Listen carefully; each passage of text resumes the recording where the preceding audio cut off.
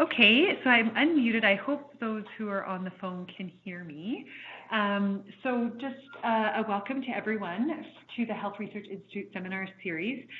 Today we're extremely fortunate to have Dr. Sarah DeLeo speaking to us. Before I introduce her briefly, I'm just going to do a few thank yous.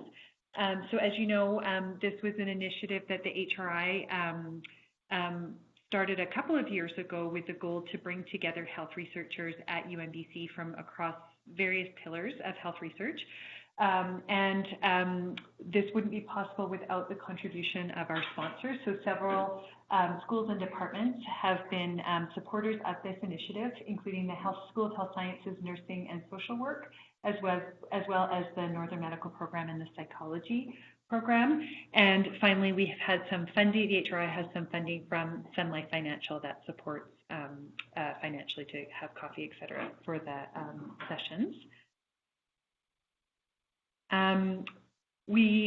There's a sort of an organizing committee is myself, Dr. Pelletier, and Dr. Parks. And so we meet over the summer to put together the schedule. But if anybody knows of faculty who would like to speak, or or if you yourself are sitting here and you'd be interested to speak, please contact us or Bree with the HRI. Okay, so today we have Sarah DeLeo, who is associate professor. I think that I just nobody bothered to change it.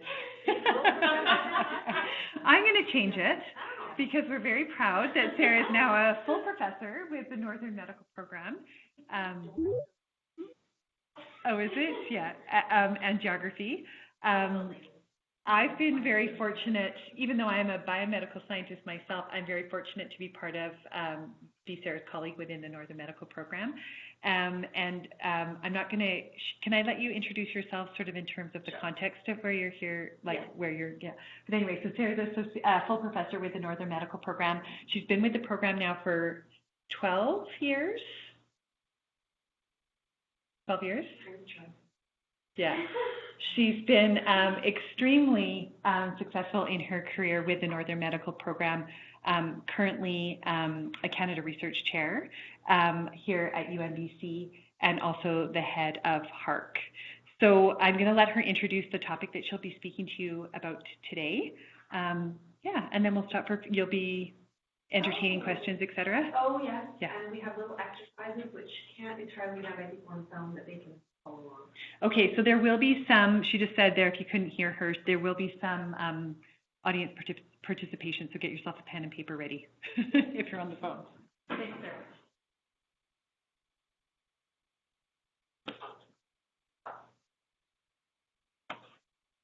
So how do I know if people are on the phone? Like, is that, there's just one person? There's 3 people online. There's 3 people, okay. And Isabel said we can hear you. Oh, great, okay. That is exactly what I wanted to know. Hi, folks on the phone. Can they speak to me, or is this just full on? There's a chat, so if they want to ask questions, okay, they can put it in the chat box and I'll ask. Okay. All right, so I just learned, folks, on various audio bridges across these great, wonderful lands that are Northern BC, that Bree will be able to answer chats that come through. But I just want to tell you, as and I'll mention this again, as somebody who grew up in very remote communities and can't always get to the fine central location of Prince George. Thank you very much for taking time to dial in. I also want just to recognize, I know we often do this, and I know that sometimes it can sound a little didactic. There was a fairly scathing editorial in the Globe and Mail recently by an Anishinaabe scholar whose name is Hayden King, who said that he would like to revoke the land acknowledgement that he wrote for Ryerson University because it is now sort of spoken in a monotone way at the head of all meetings and nobody pays any attention to it. But I happen to have been in Burns Lake 3 or 4 years ago at an annual assembly of the Carrier County Family Service Organization. I was with an incredible Cree matriarch and elder whose name is Madeline Dion Stout, who I would count as a friend, and I'm also very close with her daughter, so there's sort of kinship and family tie relationships. And so Madeline and I were driving back from Burns Lake, and she turned to me and in a very, very sort of monotone kind of a way, but with great respect. She said, "You white people really like to acknowledge our territory now, don't you?"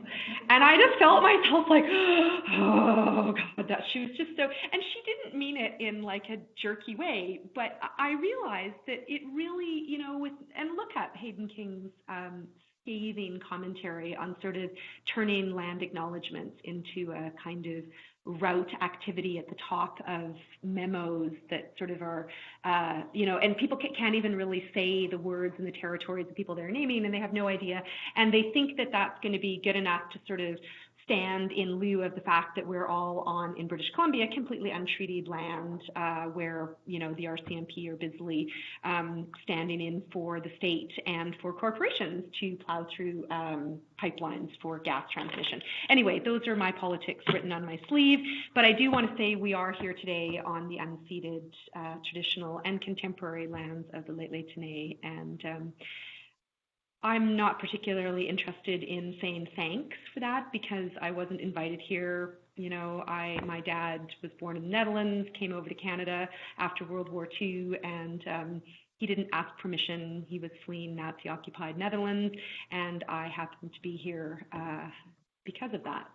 Nobody invited us. I'm not particularly an uninvited guest. I'm not a guest. I'm somebody who by happen chance gets a very good fortune of being a white settler in lands that nobody has kicked me out of as of yet. Might still happen, but I suspect it's not going to be Lheidli T'enneh. It might be the RCMP or something like that.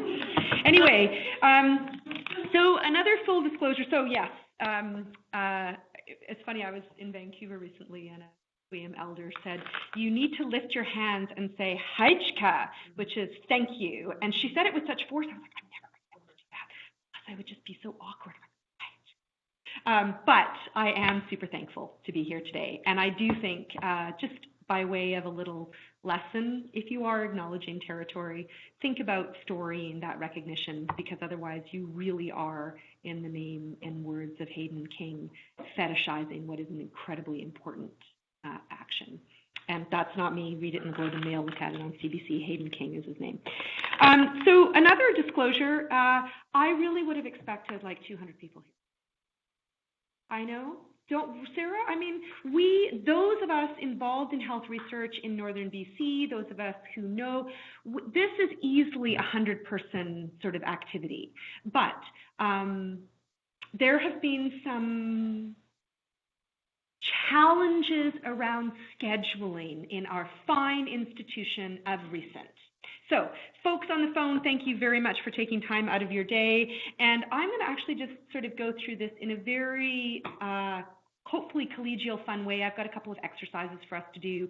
We can have some fun, chat. Sarah Gray, Dr. Gray, my fabulous colleague, has colored pencils that we can do some coloring with and whatever. We're going to spend the next little while. And if we get out early, then we can all go have tea or something. So I'm Sarah DeLeo, and I'm going to talk a little bit about myself as we go through this. I do want to recognize ongoing funding from Michael Smith, CIHR, Northern Health, SHIRC, and that all goes into HEART. There's a variety of other people who very generously fund us. I can't remember who they are. Other people keep track of that.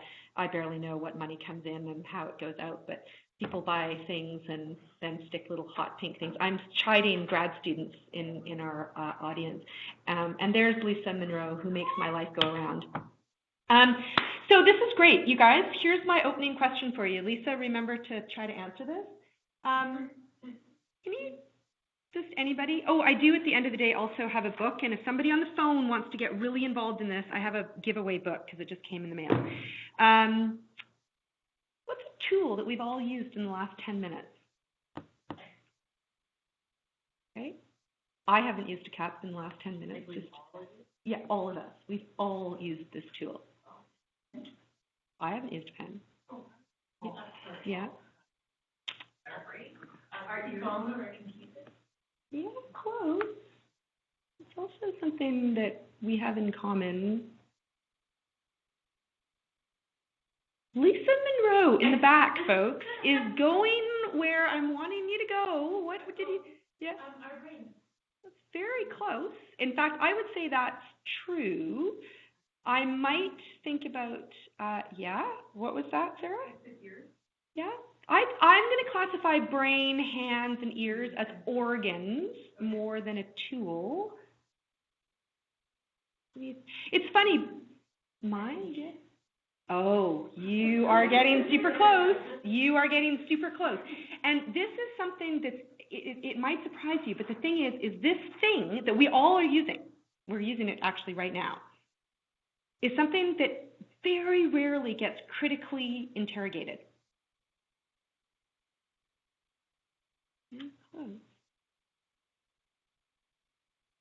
We all use language, folks.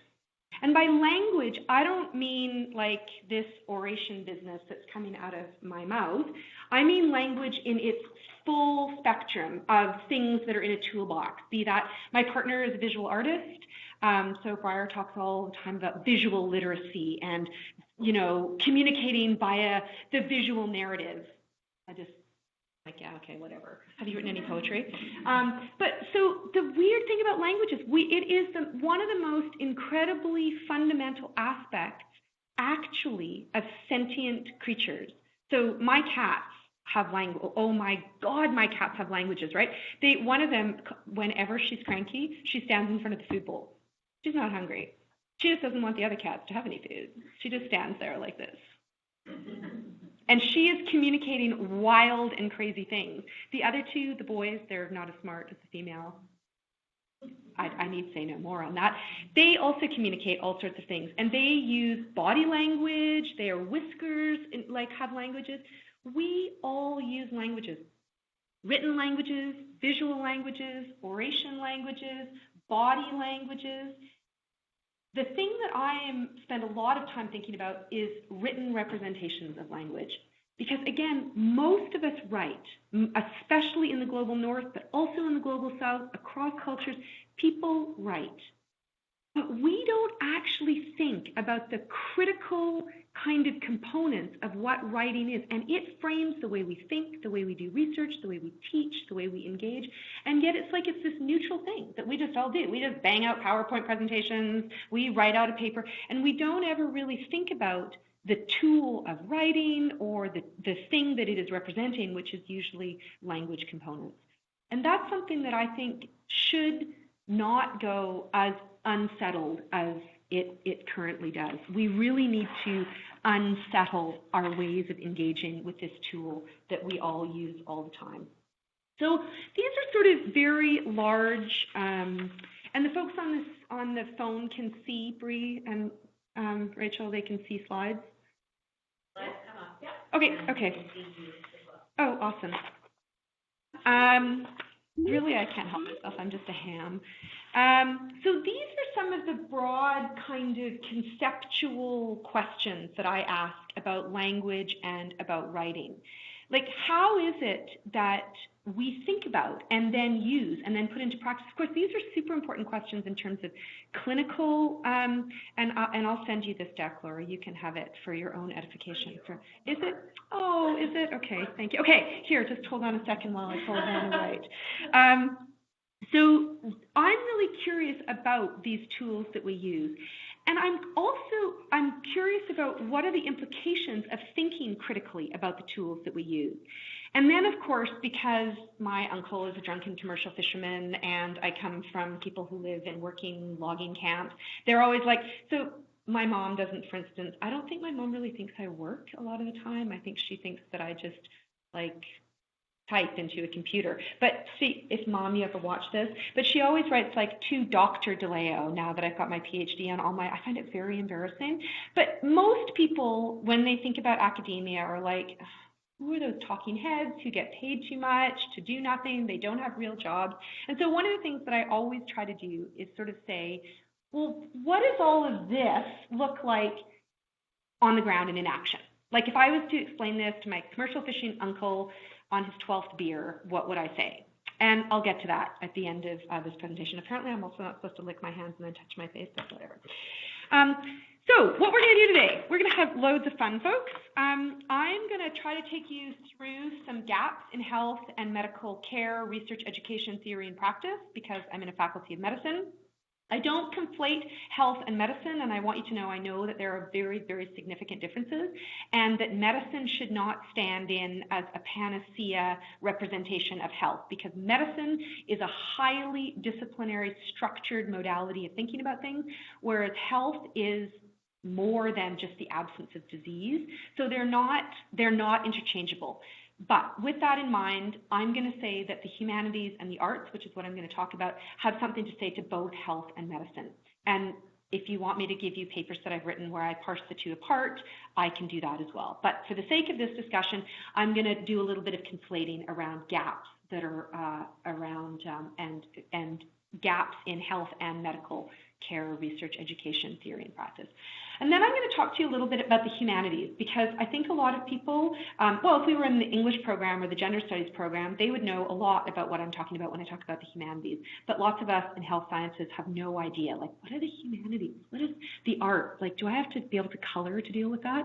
And since I don't know anything about coloring, Sarah Gray, you can come up with felts and color. So I'm going to try to take you through the humanities as a way of unsettling and thinking about languages and about sort of the way we use them in an uncritical fashion. And I'm going to tell you what the health and medical humanities, what I mean by that. But the thing is, and I'm going to tell you about this, while health and medical humanities are making a global splash, like I can't tell you, it is a growth industry, folks. More journals are being created around it. There's conferences that are in the process of being canceled. But anyway, there's a global interest in health and medical humanities. Things like narrative medicine, things like medical education that includes theater improv. This is a growth industry. I happen to think it's a growth industry with some fairly significant flaws in it. So I'm going to tell you a little bit about those flaws, and I'm going to take very specific aim at a very important white guy who recently wrote a very big article, and I've got some problems with that article. So I'm going to take you through that. Then we're going to talk a little bit about some health and medical humanities in practice, in teaching, in research, and in sort of disruptive ways of thinking about things. Then we're going to do a little bit of poetic exercise with you guys, and of course we'll have time for questions. So first, a little bit more about me. I wish I had a pointer. I write a lot. I grew up on Haida Gwaii, and I graduated from high school in Terrace. And I have a master's degree from Prince George here at UNBC. I really consider my sort of whole orientation to the world to be anchored in northern British Columbia. My dad's ashes are scattered on the Skeena River. My first forays into intimate relationships with people occurred on the land in this area of the world. I have dogs and cats buried in backyards across northern BC. I completely orient to the world in many respects as somebody from northern British Columbia. And really, that is what I write about almost every day. It's what I teach about. It's what I produce research about. It's why I buy vehicles so that people can come from Alberta and drive across northern British Columbia to tiny little communities in northern BC to really live and be in this landscape. And fundamentally, I ask in my research, in reference to northern British Columbia, how can humanities and the creative arts be leveraged to address health inequities? So that's really what I'm interested in people and in communities who are in northern British Columbia. And I always like to show this picture because, and I almost always, although not always because I'm not perfect, work in partnership and conjunction, and I'm informed by communities with whom I work. So that's my crazy and wonderful colleague, Margot Greenwood, who's a Cree scholar with whom I've worked for going on 25 years now. I know, it's insane that it's that long, but do you remember, Rachel? We write books and co-author with many Indigenous people around the world actually now. But my favorite part of this slide is this is the launch of LUTAS in 1986, which was the Haida Nation's first war canoe in over 150 years, and it was carved and designed by Bill Reed, launched off of the beaches of Skidegate, paddled down to Vancouver for Expo 86. And the day that it was ushered into the ocean, the name of the canoe was LUTAS, which is wave eater. I was dating one of the guys who paddled the canoe, and so this intensely white, shiny person right here, like I literally, when I look at that boat, I'm like, look at that blonde, weird strawberry blonde, reddish brown hair. It's just like such a white girl in such a sea of not white people. Anyway, So that's where I grew up, and it's really those anchors to this land that I think motivate most everything I think and do. So that's a little bit about me. As you can see, I produce a lot of academic work and academic textbooks. So this textbook that I just got in the mail, and I'll give somebody in this room at the end of the thing, it just came out with Routledge, which is a big academic press. But in addition to being interested about publishing sort of theoretical, conceptual, academic-y papers, I also publish like books of poetry and like books of erotic poetry and books of short essays and things like that. So I'm very interested in actually, again, critically unpacking language, how we think about that, and how it is that we can cross disciplines when we unpack things like language and writing and think about it in different ways. So remember I told you that I was going to take you through some gaps in medical and health education and research and practice. I don't need to take us very far, actually, in order to point out some of the gaps, because my very good friend, The Lancet, about 10 years ago, published a rather scathing overview and discussion on medical education and on the discipline of medicine writ large. The Lancet here, for those of you in the room who don't know about the Lancet, sort of it's an icon, it's the place to publish in the world of health research. And they said that the problems of medicine and medical education writ large are systemic, poor teamwork, mismatch of competencies to patient population needs, narrow technical focus without broader contextual understanding, episodic encounters rather than continuous care, predominant hospital orientation at the expense of primary care, quantitative and qualitative imbalances in the professional labor market, weak leadership to improve health system performance. Like, the Lancet really stuck it to medicine and medical education. I love that. It just left nothing more for me to say. I'm like, so there are problems, there are gaps in health and medical care research, education, theory, and practice. At home, here in the landscapes of northern British Columbia, we know this if we have spoken to a single Indigenous person who has lived as a patient in these geographies. And we very likely know that as systemic racism if it's interdigitated with gender, with sexual orientation, with able-bodiedness, or body agilities. We know that the medical system systematically discriminates against essentially non-fit white heterosexual men of a social, cultural, and economic elite. If you don't fall inside that nice, solid, compliant patient group, you are likely going to have poor health outcomes, and you are going to feel intimidated in the face of the medical system.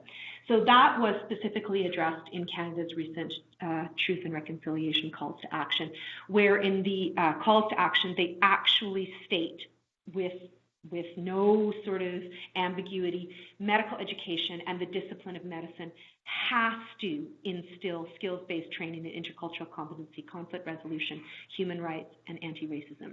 It's in the Truth and Reconciliation calls to action. And that, of course, follows quickly on the heels of an incredible set of research done by a Métis doc, Janet Smiley, and a series of colleagues of hers, that looked at systemic racism in the healthcare system, first people, second class treatment. So again, we know because we know the metrics say the people who have the worst health outcomes in this country are people who are multiply marginalized and who experience intersectional marginalization. So the question then becomes, how might the humanities fit into these existing gaps in health practice, health research, health education, health theory, and medical education practice, clinical practice? So again, I just love The Lancet because it helps me answer things. Plus, every time I say The Lancet, that's all I need to cite, because everybody's like, oh, The Lancet, that's all the evidence that she needs. So one of the things that The Lancet just a couple of years ago said is that health humanities actually can have a very positive potential for medicine, and I would extrapolate for health research and health education writ large. So the humanities and the social sciences have many positive influences on health experiences, care, and expenditure. The influence of humanities within medical schools has been growing, I mentioned that, and doctors and those who train them increasingly do want to embrace a rounded vision of medicine as at once scientific and humanistic in its grasp of medical problems. And I really want to focus on that, and humanistic in its grasp of human interaction. So it's not just a bioscientific modality of diagnostic solving, it's understanding a much larger socio-historical context. And that's really what medical humanities can offer us. In 2003, it's a bit outdated, but I really think it's applicable because it's the Council for Science and Technology in the UK is a massive sort of think tank and issues sort of groundbreaking research and statements about the state of the world. And they were talking about everything from poverty to social cultural marginalization to climate crisis to divisions between populations to rise in hate crimes and terrorism, like all of the globe's biggest problems. They are saying that they are ones: climate change, divisions in public and population health, terrorism. They are issues in which the arts and the humanities and the science and technology need to work together. And they do talk about all kinds of scientific education, including medical education and practice, because it's about understanding imagination as well as training and skills. We have these tools, and language is certainly one component of it. Oh, I should stop and say, because usually I sing her praises and say how amazing she is, the artwork, we love her, don't we? Yes, in fact, she loves you guys too. The artwork is by an incredible Dene artist. Her name is Lisa Boyden. I need say no more. You can Google her. She's done an incredible TED Talk. She's come up here and worked with educating healthcare providers and researchers through the arts. And her work is really looking at providing a visual language to represent intercultural and culturally competent orientations to Indigenous people, particularly in the healthcare system.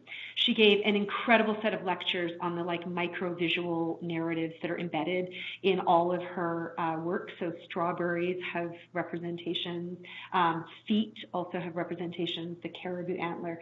But look at it broadly. You don't need to know that kind of micro-evaluation. You can listen to her TED Talk and follow her on various forms of social media. But you can just see that what she's talking about is a balance between, on the one hand, Indigenous medicine and ways of knowing and being, and on the other hand, scientific modalities and clipboards and things like that. But that we need both, just like the Council for Science and Technology in the UK. See, everybody comes together with an understanding that the arts and the sciences can work happily ever after. So, folks, I promised you that I would tell you what health humanities actually are. So there's a wall of kind of unreadable text, whatever. But suffice it to say that health and medical humanities, actually, these are both somewhat interchangeable if you look them up on Wikipedia or on some kind of, on the Wikipedia using the Google machine. They're interdisciplinary fields of study, so a field of study like any other, like endocrinology or geography or history. Health humanities and medical humanities are a discipline or a field of inquiry, a field of study that draws on aspects of arts and humanities in an approach to healthcare, health, and well-being. So the health humanities really involve the application of creative or fine arts. So that's everything from visual arts, music, performing arts. I tend to expand that, and then people who know much more about art than me go so far as to include things like cooking and gardening and weaving and textile art and a zillion other things, all of which boggle my mind and I know nothing about, so that's why I have to work with incredible people. So fine arts, humanities disciplines. So in my case, I often draw on gender studies, on critical Indigenous studies, on history, geography, literature, but law, history, philosophy, religion. So we've got fine arts, we've got humanities discipline, and we apply all of that to questions of health and human well-being. And this applied capacity is not a novel idea. For those of you who don't know, the Latin roots of medicine, medicina, is the art of healing. So this is a very ancient concept. I'm not coming up with anything new. I'm by no means that bright. But it is something that's really taking hold increasingly in the 21st century. And that's what I mentioned at the onset of this conversation, that it's a growth industry. It has roots that can be traced back to multidisciplinary medical humanities, expressive therapies, and creative art therapies. A very good friend of ours has got a master's in art therapy. That arguably would be a sort of professional manifestation of things like health and health and medical humanities.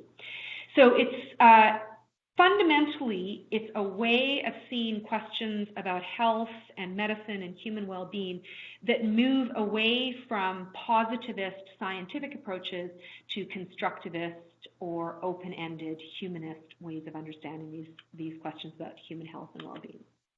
So what does that look like, for instance, for somebody like Sarah DeLeo in the Northern Medical Program?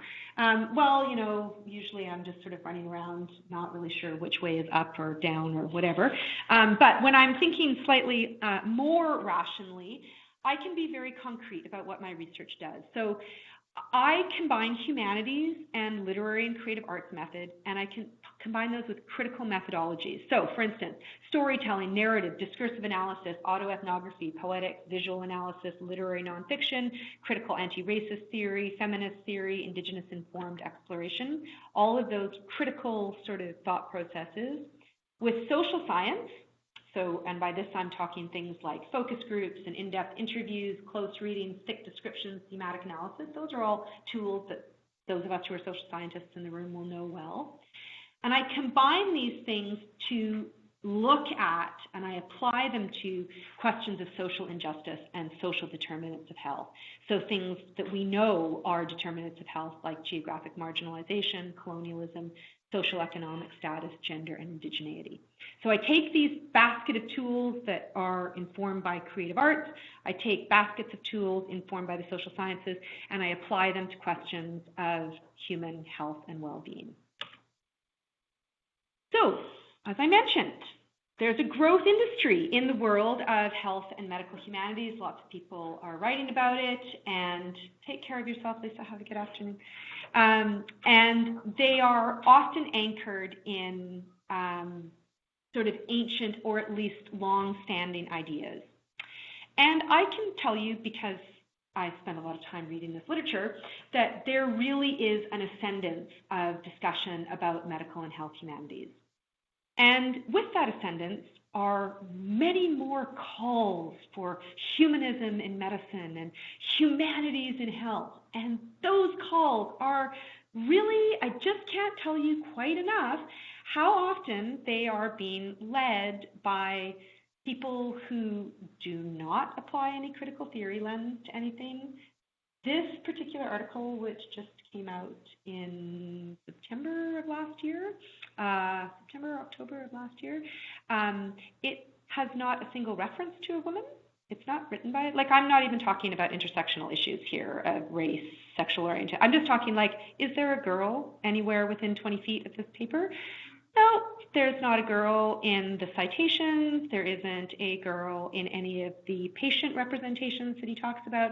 In fact, he ends with this kind of thoughtful story about an inspiring physician that inspired him, and it's his dad. Like, we don't even know where mom was. She was probably, you know, supporting everybody and making the family go around.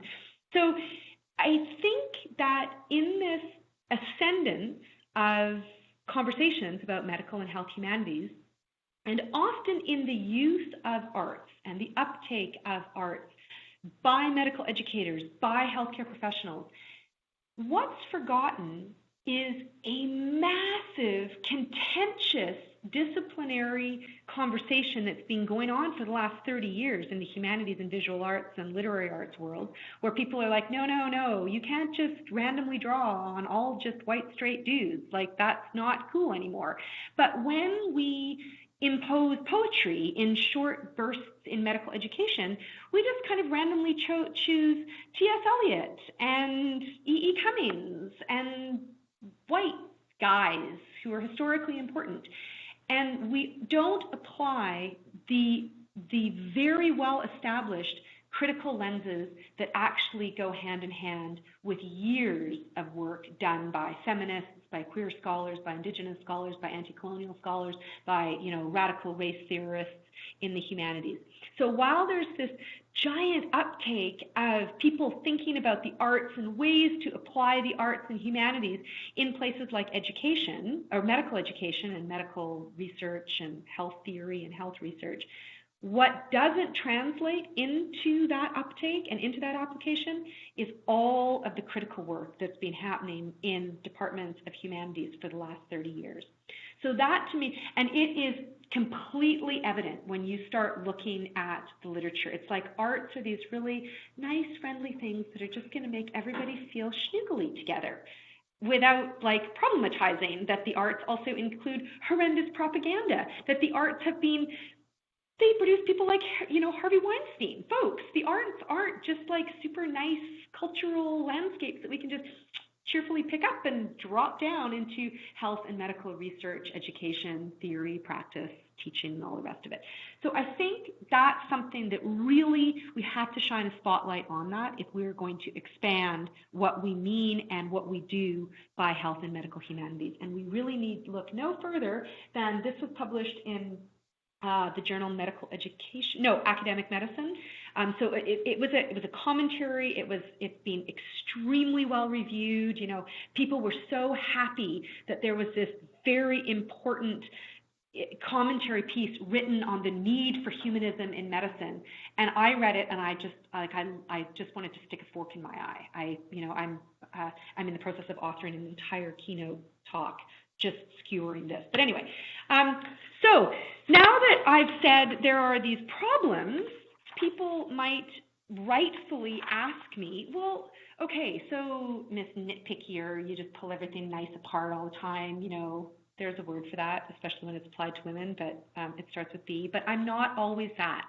I'm generally kind of a pleasant person who likes to actually apply my critical theory to on-the-ground processes. So in the next little while, I'm just going to take you very quickly through sort of 3 applied directions that things like critical health humanities can, in fact, elucidate. And that's pedagogy. So I really think that we can use this in a critical way for our teaching. Research, I think that we can and do research differently. And epistemene, drawn from the word epistemology, so we can actually change the way people think and the way knowledge is produced. So let's go very quickly through pedagogy. For the last, what's 20 minus 12, 8 years? That's 8 years. Math is not my forte. We, in the Northern Medical Program, in partnership with First Nations Health Authority, Northern Health, have been putting future physicians into very rural, remote, and Northern First Nations communities. But that's not all we've been doing. We've actually been asking them to undertake creative-based critical self-reflections. And so here we're combining, in a teaching environment, we're combining experiential learning with an arts-based methodology. And that has been absolutely unbelievable. I really can't tell you how transformative this is. And teams of us who are writing about this are looking at these creative writings, these visual arts, these photographies, haikus, a variety of other expressive humanities-informed modalities, and looking at them as data sources to indeed prove that arts-based pedagogy and experiential learning can bring about sort of anti-colonial questionings of power bases in students who will be medical leaders of tomorrow.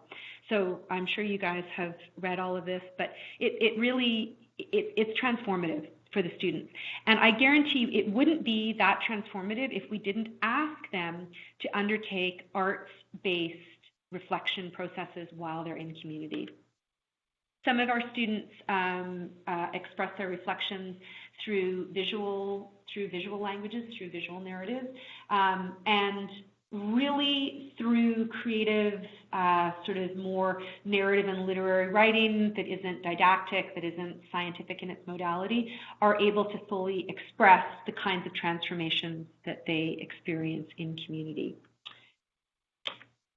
Number of our students have used photography as a source to reflect and think about their experiences, and then they write on those photos. So they don't know that they're doing very traditional photo voice kind of research, but that is in fact what they're doing in their documentation of their pedagogical transformations. And again, it is, I think, a particularly powerful way of teaching, of engendering a certain kind of pedagogy to ask future physicians, to ask medical students to engage in an arts-based modality to explore their reflective engagements with Northern and Indigenous communities. So just a quick apology here to Laura and Kimberly who are in the room. I'm sorry I left this too last minute to have all of the slides of Nodley and the storytelling exercises and everything else that I know that we've been doing in the last mere 2 years, but suffice it to say, I'm just lazy and I just didn't update everything. But in terms of research, all I can tell you is for years I did much more standard archival work or I put up posters to have a focus group or a key informant stakeholder. And then I started to have events that had an arts focus. And whereas I could maybe get 4 people to show up to a focus group, I would get more people than I knew what to do with at community halls, in tiny little communities, in the middle of nowhere, with their kids and their dogs, and we just would get invited back and back and back and back again. People love art, and they're drawn to it. It's this way of opening conversation. If you're thinking about it as a means of researching, for instance, cultural competency and anti-racism training in healthcare professionals, if you frame something as an evening of storytelling as opposed to an evening when you're going to learn about what a bigot you are, let me tell you, people come to an evening of storytelling as opposed to an evening of learn what a bigot you are. And, whatever, people aren't going to have the evening of learn what a bigot you are. That's completely the kind of workshop I would show up for, by the way. But art in research activities really ensures a very good turnout and sort of an incredible buy-in. At the end, I'm going to give you a website that you can look at this more fully on. But suffice it to say, people appreciate events, even when they're research events, where art is involved. And I mean the spectrum of art, all the way from making patio stones, which, seriously, we had to carry bags of concrete around, like bags of concrete. I don't even know what you guys did with them, but there were things made, and people loved it, did they not? I know. And now some kind of grant is going through to have gardens, probably with patio stones as well. And people will love it, and people will show up, and people will talk about what it is they need in their community to make their individual selves, their families, and their communities healthier and better places. They will share stories about the racism that they face in medical education. They will open their hearts and their spaces for future medical professionals to come in and listen to their ways of knowing and being. And that occurs in part through the injection of the arts. But, and kids, it's quite ridiculous. Kids love art. People who are leaving forest fires and want things to do and want to express how it is that environmental disruption is impacting their health. Like, this is on the ground climate change research. They will come to an art gallery to undertake art projects, in part to share what is gold for the land of researchers. So if you can inject art into your research activities, it just makes it a much more beautiful experience. Plus, like, I was so honestly, if I had done another key informant stakeholder interview, I couldn't maintain a career doing that. This is way more fun. It's more fun, isn't it? Yeah, it's more fun. It also, I think, really allows people to be much more expressive than they might otherwise be. So This was way back in 2011 when we were working at the invitation of Nikasley, and the issue of mines in territories, sort of like LNG pipelines through the Wet'suwet'en territory, was very big in the minds of a lot of folks in Nikasley with the Mount Milligan mine that was going in. And people really expressed that visually. Like, it's much more powerful to see statements of nationhood, to see statements of, culture and community and language, and to see statements of no mining, Mount Milligan. Those are things that can be expressed very powerfully when you give people arts-based tools to express things with. And the truth is that in research, we look to publish things, and this kind of stuff actually publishes very well as well. People really are interested in these kinds of research techniques using the arts.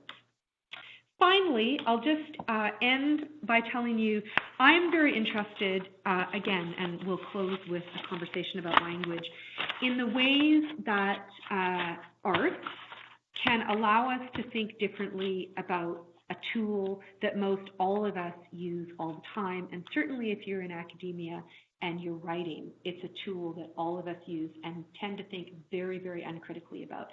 We tend to just pick up pens or sit in front of our computer and use this tool of writing and language without actually ever unsettling what it is. And I mean, at a very superficial level, folks, English is an imperial language that has crushed cultural identity and crushed connection to land and people and place. It is not a non-neutral tool. Every time we use the tool that is English, we are using a absolutely heteronormative colonial tool. And it's, je parle un petit peu de français, mais ce n'est pas plus bon, hein? But we don't think about it. And what I'm saying is we really do need to start thinking about it. So if we bring that, if we surface that to our conscience and we start to think about the tools, we can start thinking about the very modes and means that we produce knowledge. And I then tend to write about that. I ask myself, and I'll return to a poet at the end of this conversation, why it is that we place such emphasis on logic and linearity when it is that we write academic papers. The poet M. Nourabiz Philip, who is an Afro-Caribbean Canadian-American poet, she wrote an incredible text called Zong. If you take nothing else from this conversation today, go look up Zong by M. Nourabiz Philip. And she's a legal theorist and a poet.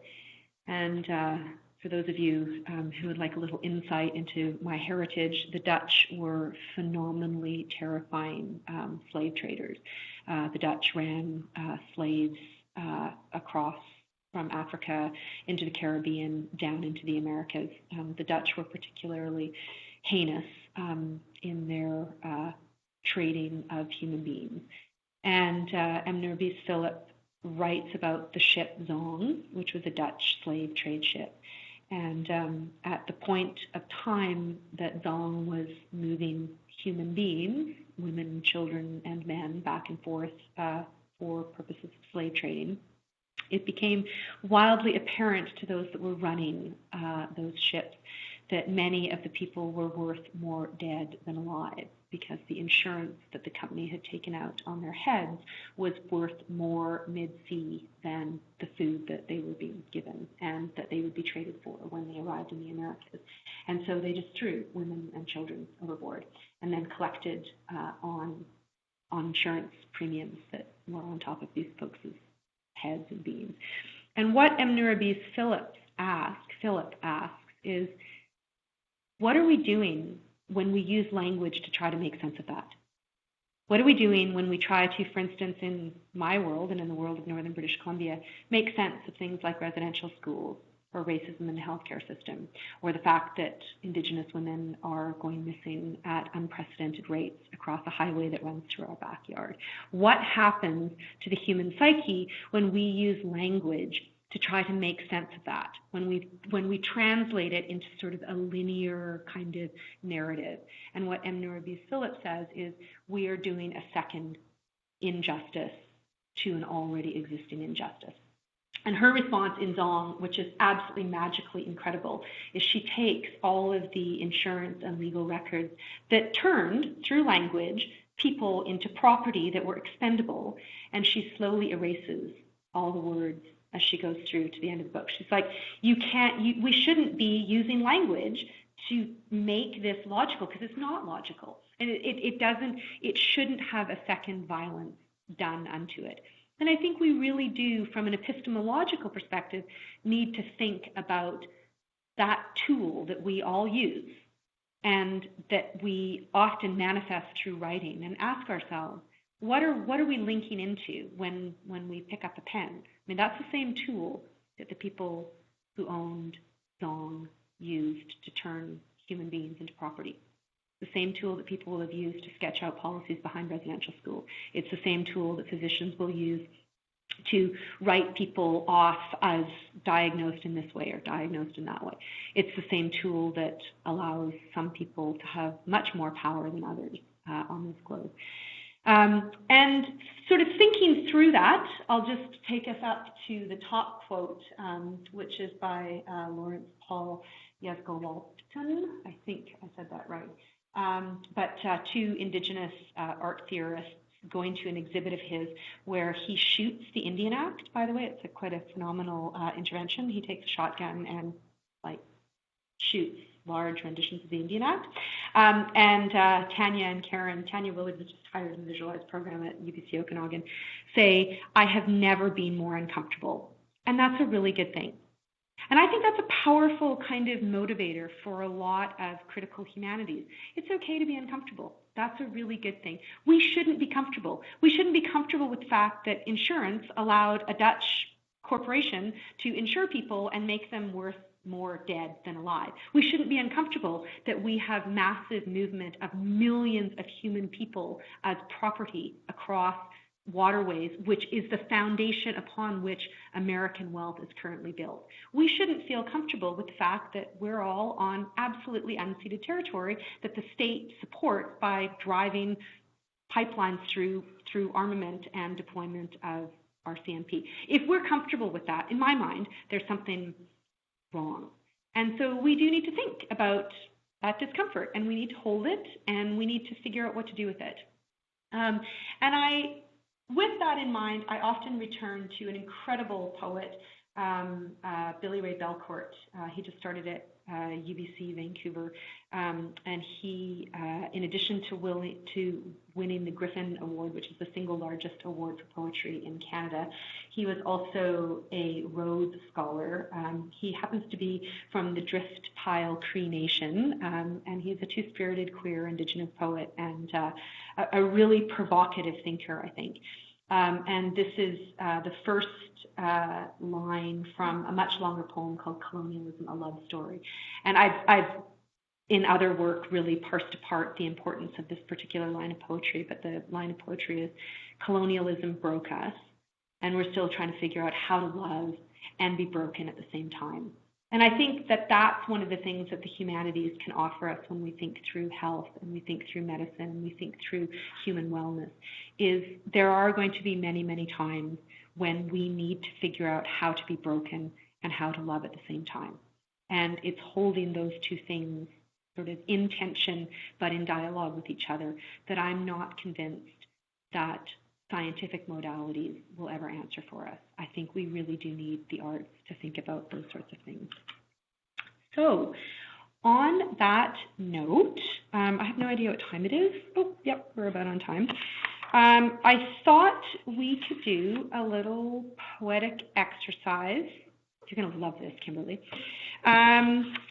For those of you who are at home or at your desk, I've got a little, like, it sort of looks like a bookmark piece of paper, I guess. Does that look like a bookmark? Yeah, it looks like a bookmark. So if you can find, it doesn't really matter. You don't need to have a thing the size of a bookmark. I could hold this up because they're like, see, this like a bookmark. So I'm going to hand this out to everybody. You might want to, okay, I totally licked my finger before I handed it out. Gross, disgusting. embarrassing story about that, but honestly, if I'm a vector, it came from Margaret Wheeler, just came to Toronto yesterday. That's all I have to say. It is not, yeah. So, I have crappy saliva pens and pencils, if anybody wants those. Or Sarah Gray has gorgeous, lovely, I know. I know. You rock the world. So, oh right, I have the exercise filled out in my bag.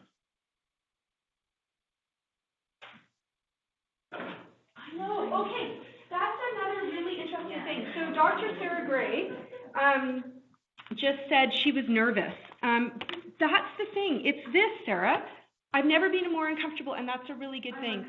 Yeah, but it actually really is good, and it's so funny when the arts are mentioned, like do you remember when I first met Briar do you remember the undergraduate medical student? We had a spectrum. We had this giant line on the wall. Do you remember this? It was so beautiful. And we had like art lover on one side, and we had don't know anything about art over here. And there was like 25 of us or something. This is where I met my partner for the first time. I was like, oh my goodness, that's odd. Who's that? Anyway, so love art love art was over here, and then and then we asked people to sort of like self-select on the spectrum of things. Because mostly it was an audience of clinicians, medical educators, medical students, residents. And one of our undergraduate students, and honestly, she was, there was no way. We were all like, okay, and she was pinned against I love art. And we all were like, you've never shown any inclination toward art ever. Like, we were trying to figure out maybe, and I thought maybe she doesn't want to read, maybe she doesn't know what like a spectrum is, so I didn't want to ask her like right off. So there was myself, and I think Briar was facilitating with me, and Tammy Atia, that's right. And Tammy was whispering in my ear, she was like, anything about art, I don't understand. We were all trying to figure out why this undergraduate medical student was sort of pinned against the lover of art. So Tammy and I sort of started, not with her, because maybe she doesn't know how to read this. Like, we just couldn't figure it out. So finally she came like at the end of about 20 people, and she was just beaming by this point. And everybody was sort of looking at her. And Tammy was like, so, you love art, hey? Oh, because we didn't never know this about you. And she said, I love art so much. Art is so important in my life. I will have art with me throughout my entire career. Art has really been the foundation for me getting into medical school. Every time I have a hard time with anything, I turn to art. Like, and she just went on and on.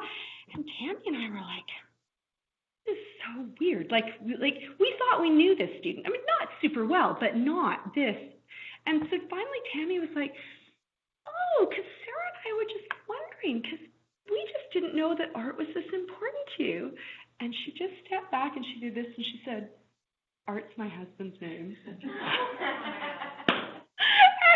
So anyway, it was very charming and very sweet. So we can, even though art does intimidate us, art can also apparently be our husband who's getting us through everything if you are an undergraduate medical student. But in community, and often when we do research, it can be a humbling thing, particularly for people who are experts in health sciences and medicine and nursing. We speak a language.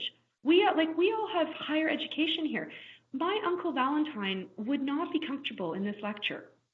And so it can, I think, be a very humbling and pleasant experience to not feel like an expert, but to know it's actually kind of safe. And that's an important pedagogical sort of, I think, way of orienting to the world. So it's okay, Sarah, that you're uncomfortable. It's honestly, if you showed me your pudgy mice, I wouldn't know what to do with them. I'd be like, oh, the pudgy mouse. Okay, so here's what we're going to do. This is going to require you moving. You're going to pass things around for a second, but I'm sure we can all reach. What I want you to do so fold our bookmark in half like this. And on the side that you have, maybe there's not a big group of us, so maybe just 3 words. And what those words are going to be is abstractions. And when I say abstractions, what I mean is words like beautiful, or love, or sadness, or confused, or exhausted, or frustrated. They're not nouns, and they tend to not be verbs. They're more abstract adjectives, adverbs, or descriptor words, or concept words. You don't need to think too hard about this, folks. Nobody's going to grade you on it. Your application to medical school is already in, Kimberly. Yours isn't in, so it doesn't matter, Laura. So just, yeah, 3 or 4 abstractions. And if you can list them this way, like 1, 2, 3, 4, just any words that come to mind. Might be a descriptor of how you're feeling. Can be any old thing. I don't really care. Really, it's not that important. So folks who are on the phone line, I don't know, Bree, if people are sticking up their virtual hands and saying, I don't understand this at all. But you can do this with yourself. You've got the bookmark piece of paper, you're folding it widthwise once, and you're starting on one side of the paper, and you're listing 4 abstractions, descriptive words of some kind.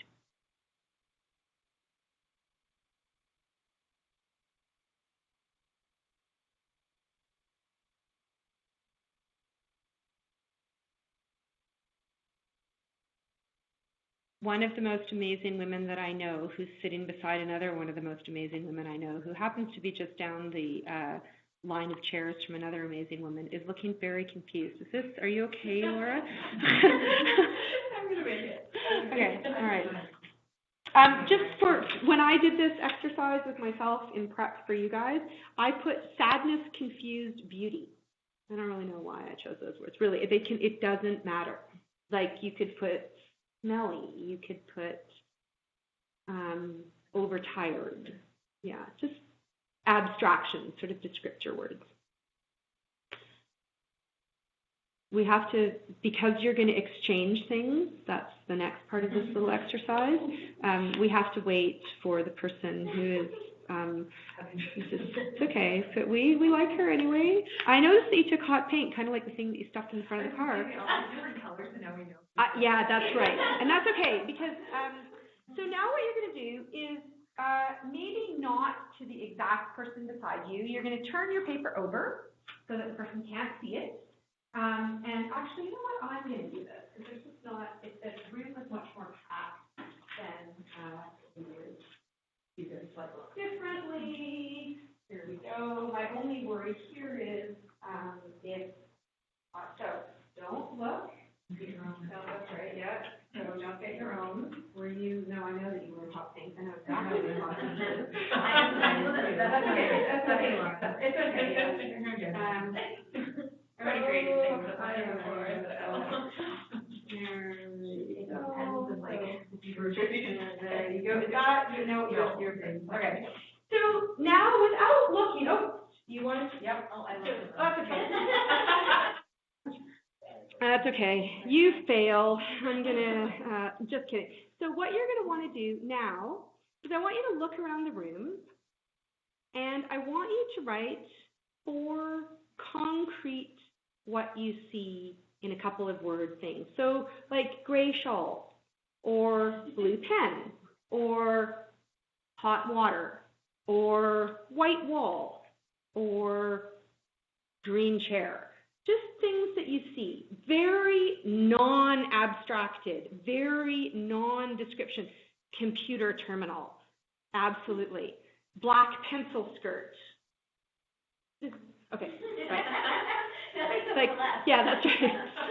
Gray sweater. So just, yeah, things that... On the blank? On the blank side, yeah, on the other side. So what you should be able to do at the end of this, when I come around class and pick it up, is you should be able to unfold like this so that you see both. Yeah, exactly.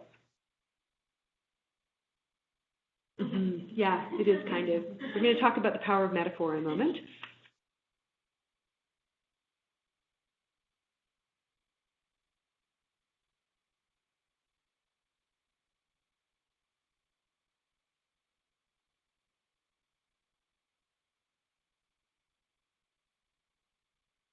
And then I'm gonna collect again and try to give them to people who are neither here. I will give that to you. I will give this one to you. I will give that one to you. In fact, I'll give this one to you. Let's see, who doesn't have one? 3. Okay, so, and who doesn't have one? Oh, I just managed to screw this up. Those are mine. Okay. Not yours? Okay. Okay, so you should have in front of you, I'm just kind of curious. Can you would anybody please volunteer to read across? So you're going to want to read the abstraction plus the corresponding thing that's being described. So, Sarah, do you want to give it a whirl? All for it. We'll just try for one. Excited bear. Okay, yeah, Kimberly? Hungry woman. Oh, yes. Overwhelmed blue backpack. Yeah, that is amazing to me. Overwhelmed. Yeah, right? Yeah, overwhelmed blue backpack. Green chair, sad. Yeah. Interested cup of water. Interested cup of water. Go ahead, Bree, yeah. Complex dirty shoes. We have a couple online. Okay. Frustrated elastic and crumpled highlight. Oh, I love frustrated elastic. Oh my gosh. Frustrated elastic. And what was it? Lonely blue backpack? Overwhelmed. Overwhelmed blue backpack. Oh, yeah. Are there other ones online? Just the 2. Just, okay. Wow. Other ones that jump out at you folks? And we're going to talk a little bit about how we've unsettled language here a bit. Yeah. White wall motivated. Oh, that's a good one. White wall motivated. Yeah. Impatient exit sign. That's like the title of a short story right there. Impatient exit sign. That's so great. Yes. Other ones? Interesting. We had interested glass of water, and then I have an overwhelmed empty mug. Right. If we started to put these things together, we could really. Yeah. Somebody online. Beautiful wet puddle and a tired purple folder. Oh, yeah, I can feel for that little purple folder. That makes me so sad, the purple folder. Sarah, do you have another one there? Stressed mood. Yes, the stressed mood. Yeah. Kimberly or Laura? Grateful leather bag. Nervous sunglasses. Oh. Yeah. Back? Uncomfortable whiteboard eraser. Yeah, that whiteboard eraser. Just not quite sure what to do with themselves. Just, yeah, feeling all achy, like maybe they didn't quite fit into anything right this morning. Very uncomfortable. Where's the whiteboard eraser? Oh, yeah. Any other ones, just quickly for the sake of conversation? Full. Full? Oh, thoughtful. I really wonder if that's the first time ever that Mr. PG has been used in the same sentence as the word thoughtful. Because I feel like that just doesn't occur very often. Are there more online, Bree? No, not yet. And any in your sheet at all? I have a tired, tall stand. Yeah, a tired, tall stand, sort of holding themselves very stoically, but still exhausted inside. So what we've done, by the way, is what is commonly known as produce metaphor. So metaphor is often just taking two things and that are two unlikely things that when put together become more than what they were before. So I can't believe I'm forgetting it again. Overwhelmed blue backpack. Like those two things, blue backpack on its own, overwhelmed on its own, wouldn't have the same resonance or power as when you put them together. The language actually can be quite a magical thing with not that much effort. Just by thinking critically and unsettling it, we can actually have insights into things. What was the exit sign? That was a gorgeous one. Impatient exit sign.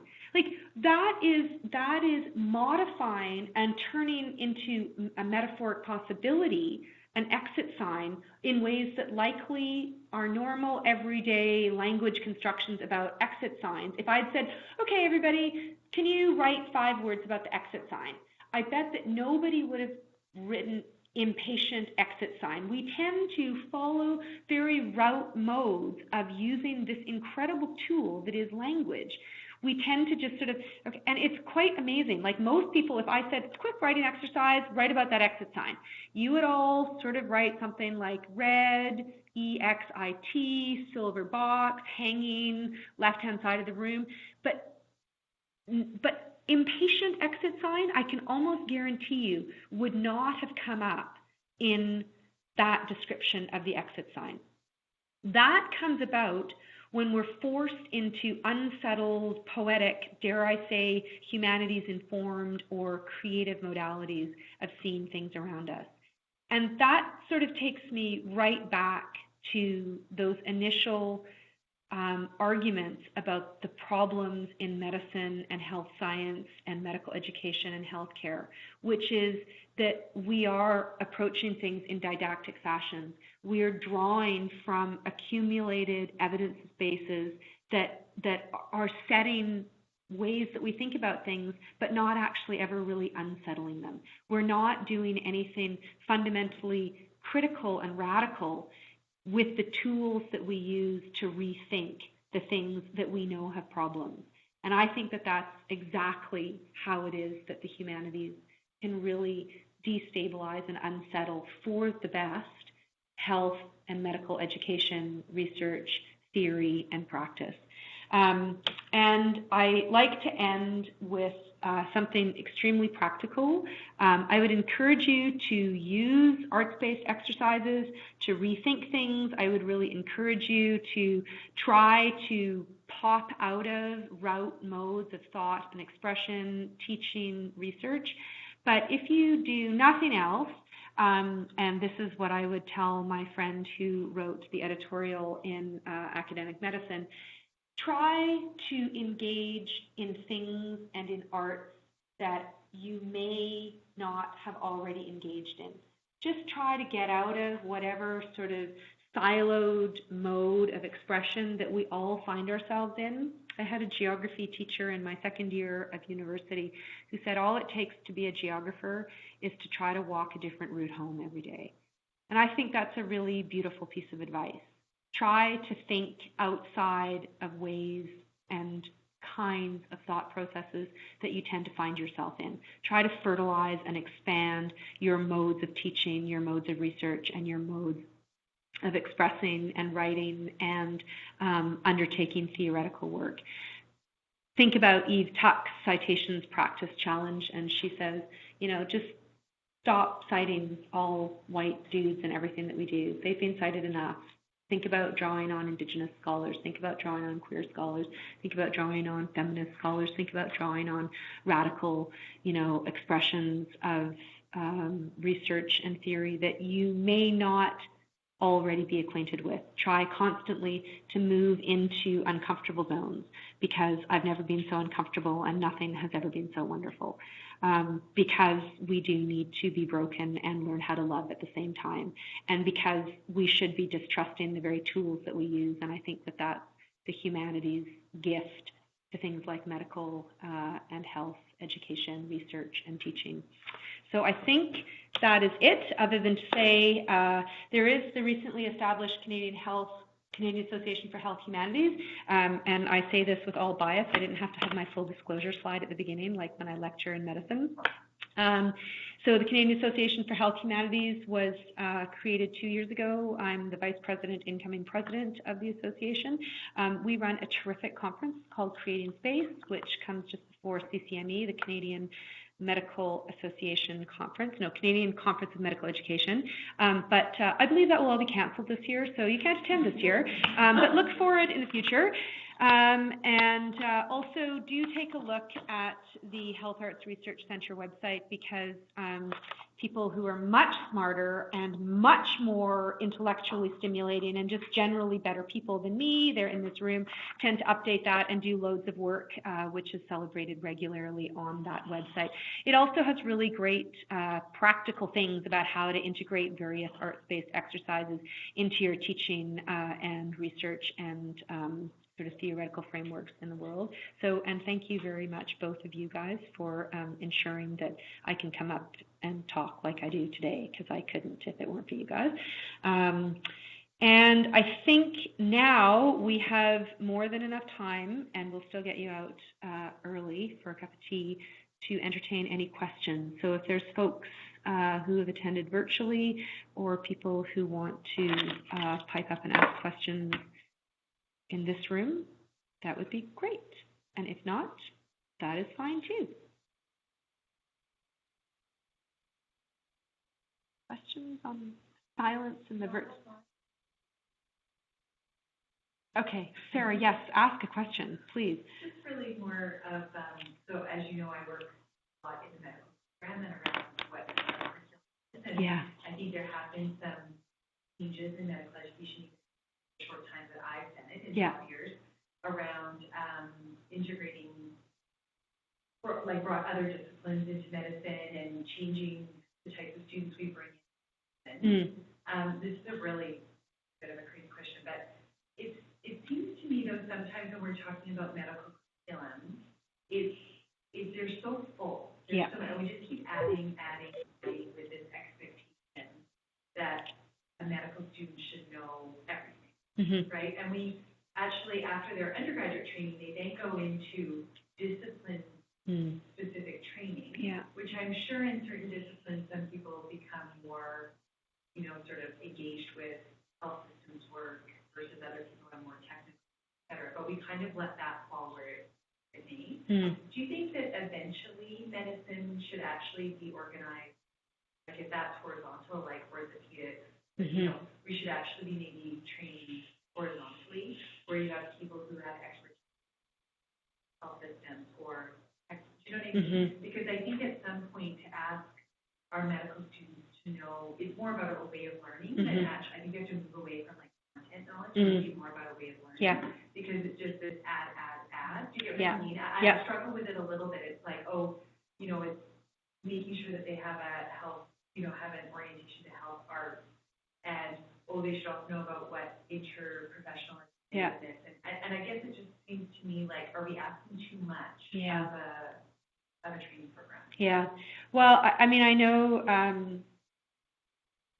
This is a much larger question too, Sarah, and I know that you've probably seen me put up my hand when we've been asked in provincial-wide faculty meetings about sort of innovative ways that medicine would look different in terms of our admission process as well. I mean, it's worthwhile noting that the people that we admit into medicine tend to, by and large, be people who have been trained in disciplines that are not the humanities.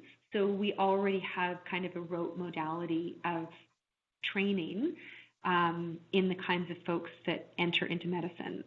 And I think we do rarefy those folks right from the get-go. We tell them that they're amazing and wonderful, and they are, but so is the person who vacuums the floor in the hotel room that I stay in. That person is really amazing, I guarantee you.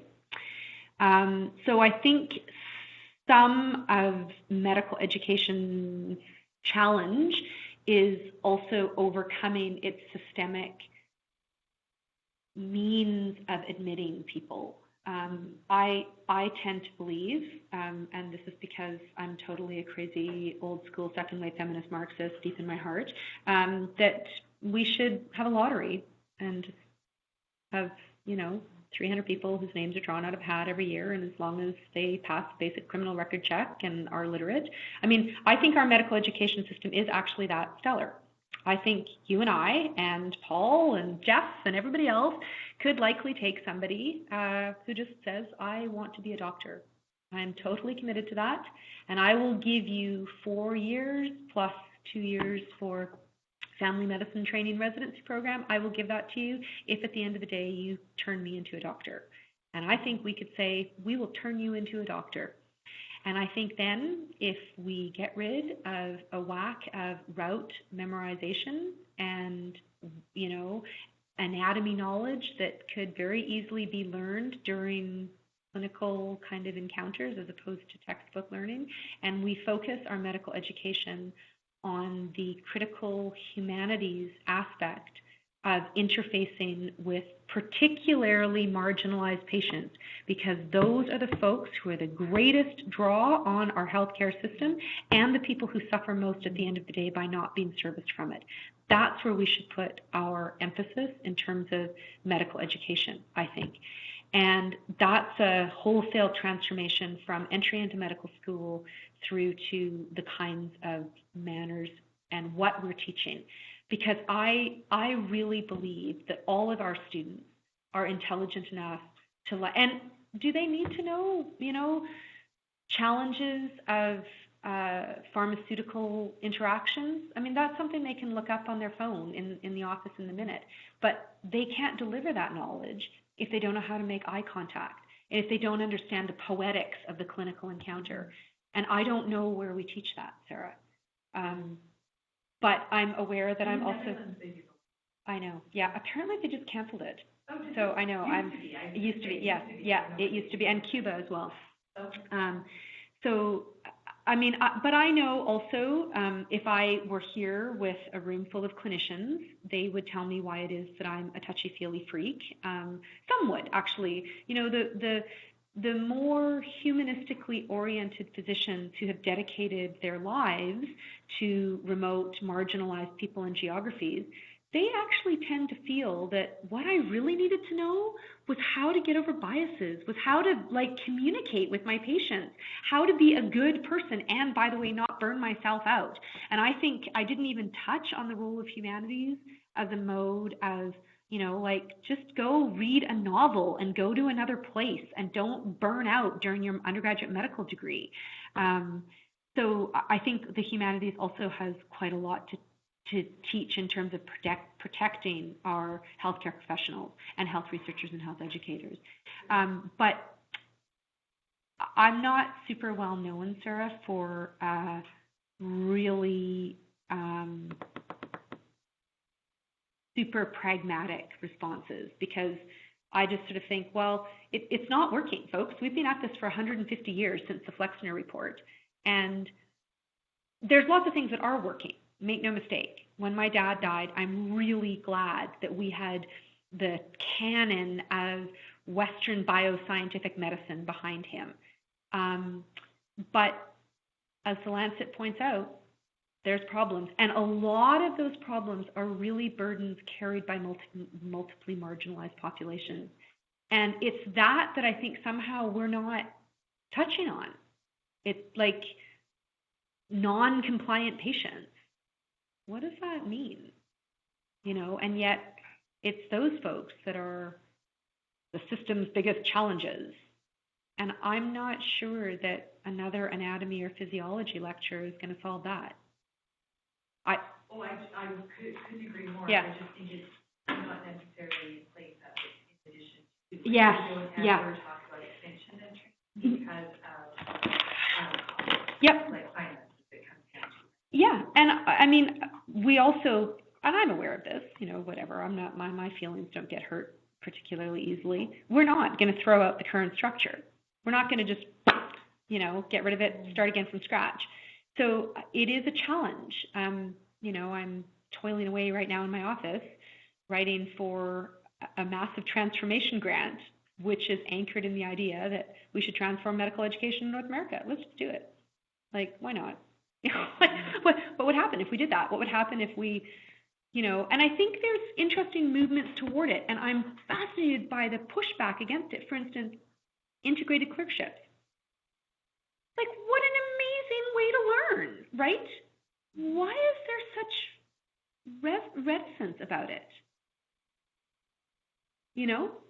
So I think that I think big change is going to be met with big pushback, and that's okay. This is 150 years in the making. I'm not going to transform it in the 20 odd years of my career, but I think we should be thinking about it, and I think if we do think about it, just in the same way as if we put unlikely words together, we see something new.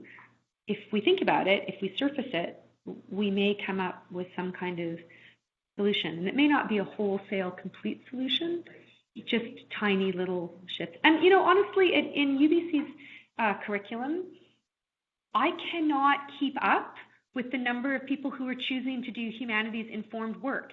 In the undergrad or in the postgrad family practice residency program, like the number of people who are choosing to do humanities-informed scholarship, I can't keep up with it. And they're the ones who are like winning the Lloyd Jones Scholar Award, the woman who did the walking tours with the, you guys helped the kids and the law courts. Do you remember, were you there, Laura? Were you doing that, Kimberly, did you? Yeah, I was there. Yeah. And so this was a giant, it was through Central Interior Native Health and we had like grade 6 and 7, that one was 6 and 7 or 5 and 6? 5 and 6 kids from around Central Interior BC from communities doing like a walk of downtown to look at all of the various sort of colonial narratives in law courts. And that was the family practice residence research scholarship piece. And she won the biggest award. She won the Lloyd Jones Scholarship Award. And she's the only Prince George-based resident who's ever won it. And she absolutely did a non-bio Western medical kind of approach to scholarship. And why did she win? Because it was an amazing project and because it totally stepped outside of, let's do another patient intake survey. What is going to change health outcomes in Prince George is if kids from Nodeley and Nacazli and Sykes at grade 4 and 5 or 5 and 6 are taken around Prince George and spoken to about colonial violences and learn about it. And that's what will shift health outcome indicators in this province, in my estimation. Yes, I agree. I think it's just that those things are happening at a graduate level. Yeah. Which is maybe okay then. Like it's only, like yeah. people specialize at that level, which is okay, Mm-hmm. but it doesn't feel like enough, right?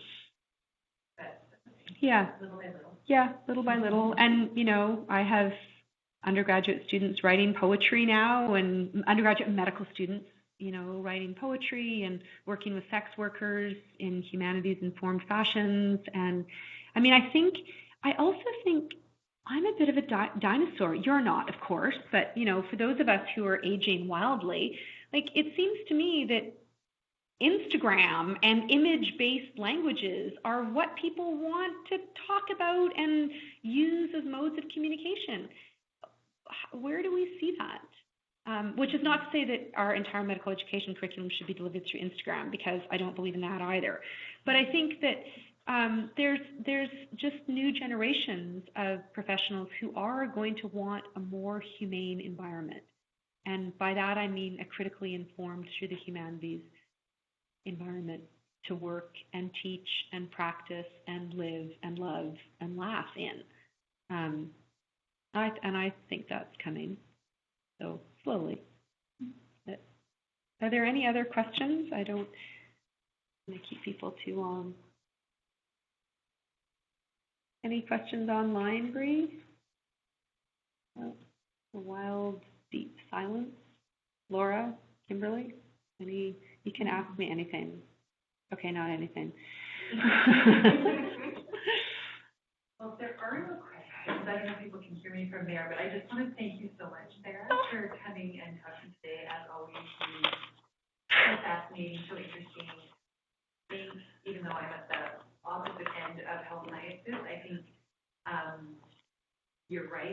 using language and how we use language and reflecting, utilize that tool is useful to everything. Oh, Sarah, I love having you down the hall. I'm so, so thrilled. So, thank you. And I'm assuming that you'll post this presentation and all of that. That'll all be good. I don't need to do anything more. Thank you, Sarah. And there's probably more tea and coffee here because we were expecting the hordes and the masses.